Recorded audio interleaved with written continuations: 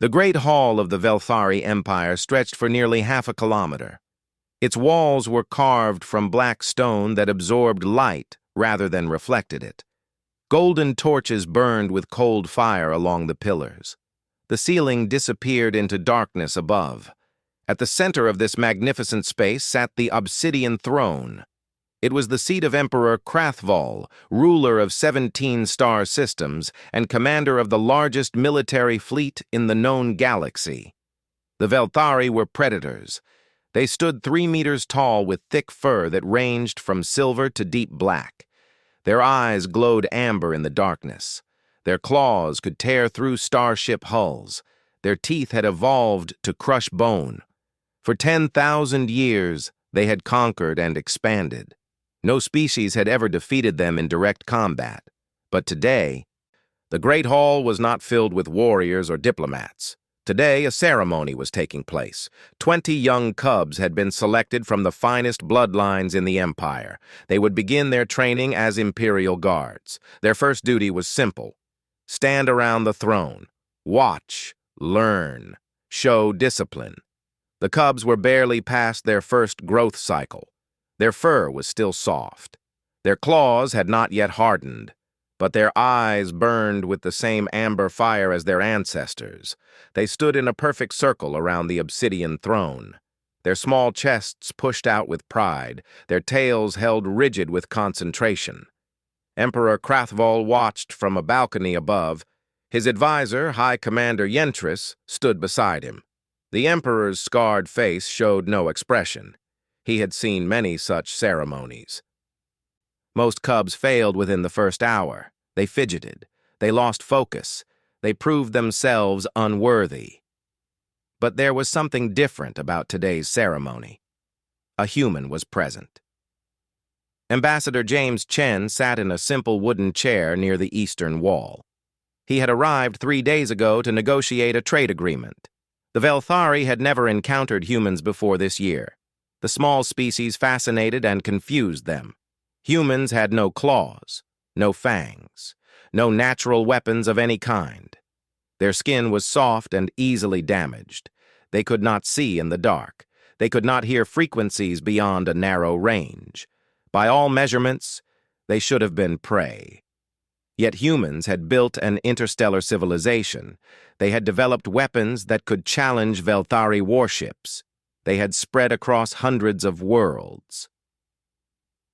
Most disturbing of all, every predator species that had attacked human colonies had eventually stopped. Not because the humans defeated them, but because something strange happened. The predators began protecting the humans instead. The Velthari had dismissed these reports as propaganda. Until now. James Chen was reviewing documents on a small tablet. He was completely unaware of the ceremony taking place. He had been told to wait in the hall until the Emperor was ready to continue negotiations. So he waited. He read his reports. Sometimes he looked up at the architecture with appreciation. He did not notice the 20 cubs staring at the throne. He did not notice when one of them turned to look at him instead. The cub's name was Veth. She was the smallest of the group. Her fur was pale silver. Her eyes were larger than the others. She had been chosen because her mother was a legendary warrior. But Veth had always been different. She noticed things others missed. She asked questions that made adults uncomfortable.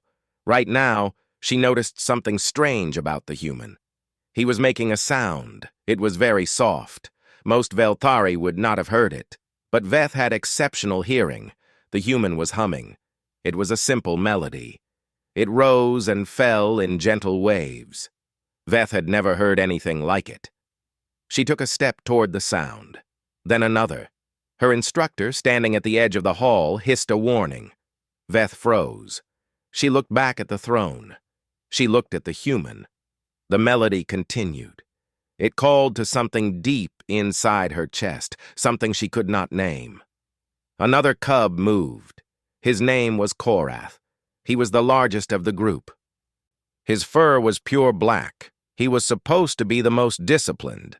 But he too had heard the sound. He too felt the strange pull. He stepped away from the throne and walked toward the human's chair. One by one, the cubs began to move.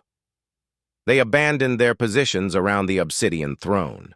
They crossed the great hall in silence. Their instructors watched in horror.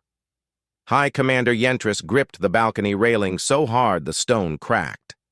Emperor Krathval said nothing. His amber eyes tracked every movement. James Chen finally looked up from his tablet. He found himself surrounded by 20 young Velthari cubs. They sat in a circle around his chair. Their amber eyes stared up at him with an expression he could not identify. Fear? Curiosity? No, it was something else entirely. The largest cub, Korath, pressed his head against James's knee. The human's hand automatically moved to touch the soft fur. The cub made a sound. It was not a growl or a snarl. It was something closer to a purr, deep and rumbling, content. The smallest cub, Veth, climbed onto the arm of the chair. Her small body pressed against James's side. She was warm. Her fur smelled like mountain air after rain. James did not know what to do. He sat very still. His heart beat faster. He was surrounded by predators. Young predators, but predators nonetheless. Their claws could still cut him. Their teeth could still bite. But they did not attack. They did not threaten. They simply sat with him. They pressed close to him. They made that strange purring sound. And slowly, James Chen realized something incredible. They were protecting him. Up on the balcony, High Commander Yentris turned to the Emperor. Her face showed confusion and anger. This was unprecedented. This was a failure of discipline. These cubs had abandoned their sacred duty. They had left the throne unguarded. They had chosen a weak alien over their own ruler. But Emperor Krathval raised a hand for silence. He continued to watch. His ancient eyes saw something Yentris could not. He had ruled for 200 years. He had seen many strange things. But he had never seen this. 20 cubs of the finest bloodlines, choosing instinctively to guard a creature that should have been nothing to them. James Chen began to speak softly to the cubs. He did not know if they understood his words, but he told them about Earth. He told them about blue oceans and green forests. He told them about dogs and cats. He told them about how humans had lived alongside predators for thousands of years, how they had tamed wolves into loyal companions, how they had turned fearsome beasts into family members. The cubs listened. They did not understand the words, but they understood the tone. They understood the warmth in his voice. They understood that this creature, this soft and clawless being, was not afraid of them. He did not see them as monsters. He did not see them as weapons. He saw them as children, and he treated them with kindness. Veth purred louder. She pushed her small head under James's chin. Her mother would be furious. Her instructors would punish her. But she did not care. Something in this human's presence made her feel safe, made her feel valued, made her feel like more than just a future soldier. The ceremony was ruined. The instructors knew it. The High Commander knew it. But Emperor Krathval finally smiled. It was a small smile, barely visible. But it was there. He turned to Yentris. His voice was deep and thoughtful. He said that for 10,000 years, the Velthari had conquered through strength. They had ruled through fear. They had built an empire on the bones of their enemies. And yet, in all that time, they had never found peace. Their cubs grew up learning to fight. Their warriors died in battle. Their civilization was built on blood. But this human had done something impossible. Without weapons, without threats, without any show of strength at all. He had made 20 young Velthari choose him over their own throne. Choose protection over duty. Choose kindness over tradition. Perhaps, the Emperor said slowly, there was another kind of strength. A strength that the Velthari had never understood, a strength that did not come from claws or fangs or warships, a strength that came from something softer, something warmer, something that made predators want to protect rather than attack. High Commander Yentris did not respond. She did not know how to respond. Everything she believed about power and strength was being questioned. Everything she had been taught about weakness was being challenged. Down in the Great Hall, James Chen had stopped speaking. The cubs had fallen asleep around him. Their small bodies rose and fell with peaceful breaths. Their purring had become a gentle chorus. The human sat very still. He did not want to disturb them. His own eyes had grown soft with emotion. He had never expected this.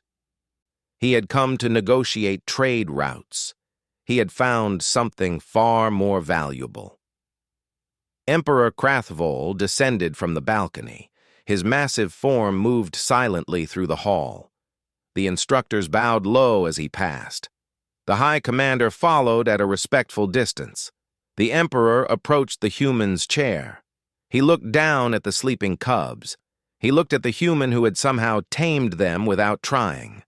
James Chen looked up at the towering predator. His heart beat fast, but he did not look away. He met those ancient amber eyes without fear.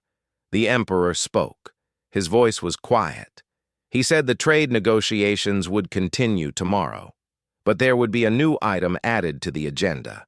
He wanted to discuss an alliance, a true alliance, not the kind built on mutual enemies or shared greed.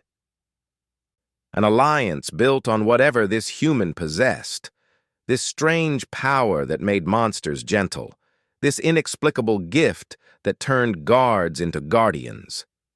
James Chen nodded slowly. He still did not fully understand what had happened, but he understood enough. The universe was changing.